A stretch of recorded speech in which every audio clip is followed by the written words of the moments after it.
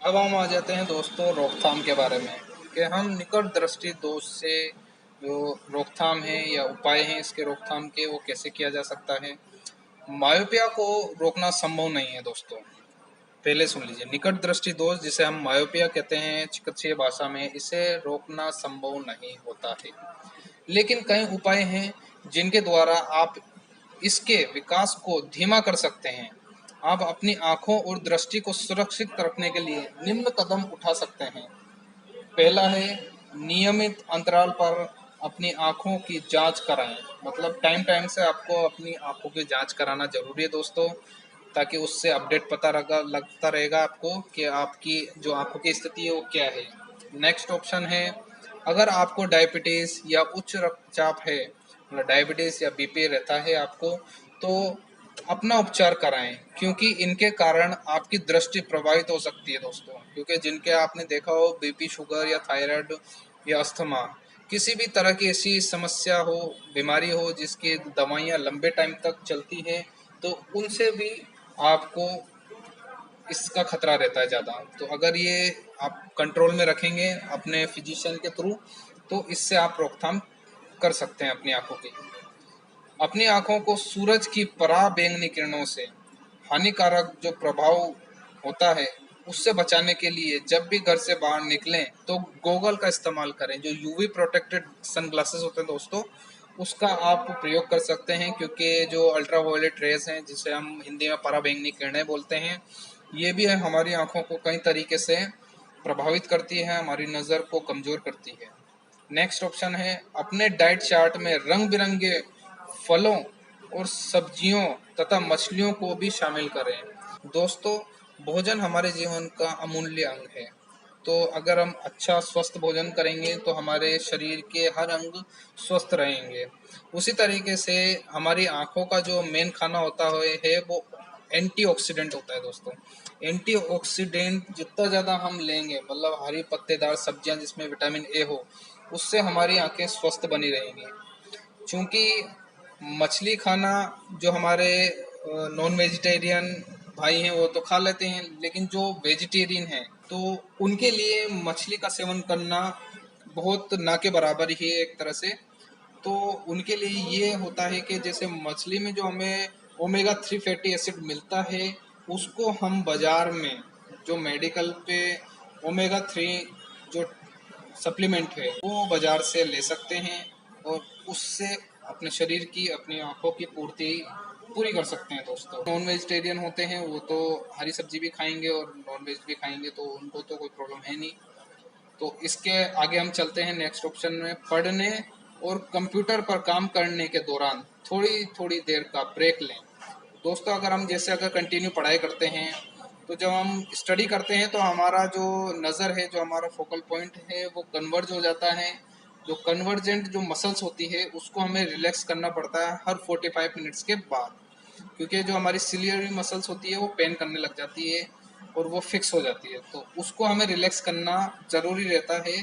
तो उसके लिए कुछ नहीं, जैसे आप अगर कंटिन्यू बुक्स वगैरह पढ़ रहे हैं तो हर 45 मिनट्स बाद आपको थोड़ा सा ब्रेक लेना है, और फार विजन में मतलब दूर की रोशनी, दूर की चीज़ को, दूर की वस्तु को आपको देखना है, जिससे जो हमारी सिलेरी मसल्स है उसको थोड़ा रिलैक्स होने का टाइम मिल जाता है। नेक्स्ट ऑप्शन है, अच्छी रोशनी में पढ़ें।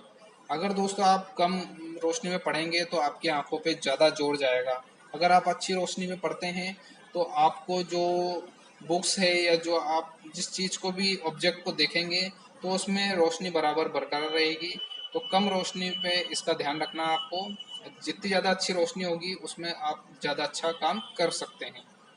नेक्स्ट ऑप्शन है, धूम्रपान ना करें। धूम्रपान आपकी आंखों के स्वास्थ्य को भी प्रभावित। नेक्स्ट ऑप्शन है, बच्चों को चार दीवारी में बंद ना रखें, उन्हें बाहर धूप में खेलने दें।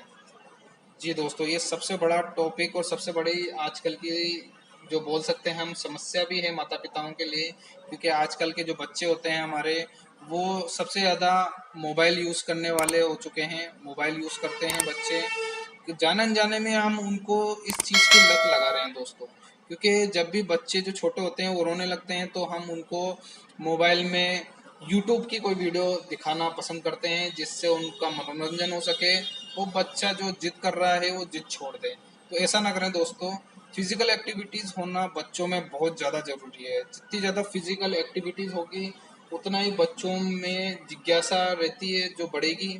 और क्योंकि अगर मोबाइल आप दे देंगे, चार दीवारी के अंदर मोबाइल में बच्चा लगा रहेगा, तो उससे उसकी आंखों को भी खतरा है और उसकी जो दिमागी तौर पे जो विकास होना रहता है उसमें भी कहीं ना कहीं बाधा आने लग जाती है, उत्पन्न हो जाती है। अब नेक्स्ट ऑप्शन पे हम आ जाते हैं, स्क्रीन के सामने कम समय बिताएं। जैसा कि मैंने आपको पहले ही पॉइंट में समझा चुका हूँ कि जैसे चार दीवारी के अंदर बच्चे रहते हैं, मोबाइल वगैरह यूज़ करते रहते हैं, तो ज़्यादा वो स्क्रीन पर वॉच करने का काम करते हैं। तो स्क्रीन जो होती है आजकल, इनसे हार्मफुल रेज निकलती हैं दोस्तों, जो हमारी आंखों को कहीं ना कहीं नुकसान पहुंचाती हैं।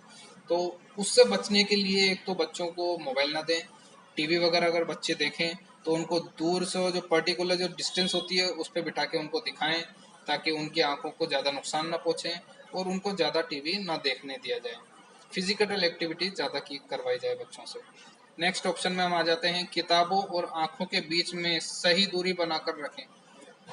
अब ये भी बहुत गंभीर समस्या है दोस्तों। कई बार बहुत से जो पेशेंट होते हैं या जो व्यूवर्स होते हैं हमारे, उनको पता नहीं रहता कि हमें कितनी डिस्टेंस पे बुक्स को रख के देखना रहता है। क्योंकि सब बोलते हैं कि 24 सेंटीमीटर या 20 सेंटीमीटर आइडियल डिस्टेंस होती आइडियल है, लेकिन हमारी जो रूटीन लाइफ है, डेली रूटीन लाइफ है, उसमें हम 12 से 18 सेंटीमीटर की जो डिस्टेंस रहती है उसमें हम जो रीडिंग वाला काम रहता है हमारा, पढ़ने वाला, चाहे न्यूज़पेपर हो या बुक्स वगैरह हो, तो उसमें हम ज़्यादा रखना पसंद करते हैं। तो वो आइडियल डिस्टेंस कहलाई जाती है। ना तो ज़्यादा पास लाइए आप देखने के लिए, ना ज़्यादा दूर। अब एक last option but not list, बच्चों को 2 घंटे से अधिक टीवी और मोबाइल ना चलाने दें। अब दोस्तों ये भी बहुत बड़ी समस्या है, क्योंकि बच्चे आजकल के इतने एडवांस हो चुके हैं कि वो जितने ज़्यादा मोबाइल यूज़ करें या टीवी यूज़ करें उनके लिए वो कमी मानते हैं। और उसमें कहीं ना कहीं वो अपनी आदत को बिगाड़ रहे हैं ऐसा काम करने से, क्योंकि टीवी और मोबाइल बच्चों की आदत भी ख़राब कर देते हैं और उनका जो विकास है, दिमागी विकास है, उसको भी कम कर देते हैं। तो दोस्तों ये कुछ रोकथाम के कारण थे और ये मैंने आपको बताने की कोशिश करी कि निकट दृष्टि दोष हमें किस तरह से इफेक्ट कर सकता है हमारी नज़र को। तो आई होप आपको समझ में आ गया होगा। तो वीडियो अच्छी लगे तो लाइक और शेयर करना ना भूलें और चैनल को सब्सक्राइब करना भी